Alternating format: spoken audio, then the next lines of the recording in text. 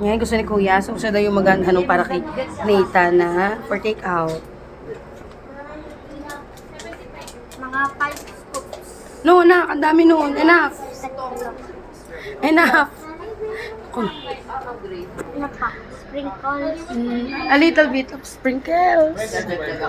Mami na, mami. Mati lang.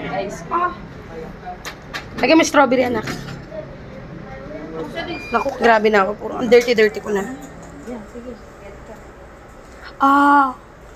Sige na. Ano? Ito, strawberry. Strawberry jam. Ito, anak, strawberry jam. Kay Kuya Nathan yan.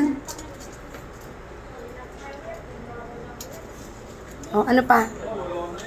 Uy, baka hindi masyado kainin ni... Wait lang, konti na lang. Uy! Grabe ka. Ano to, strawberry? Strawberry po. Real strawberry. Lagyan natin ito. O, lagyan mo yung kay Nathan. Sige na, sige na. At sa ganun po siya. Ay, ano pang itatapis ko dito sa anak ko? May... Gusto yung kay Nathan. Lala kay Nathan. Lagyan natin ito. Take out, ito ipaano. Pwede ba lagyan pa ng ice cream, gano'n? Apo, pwede naman po. Matutuno agad, ari, ano? 54 po. 64, sabihin mo. 60.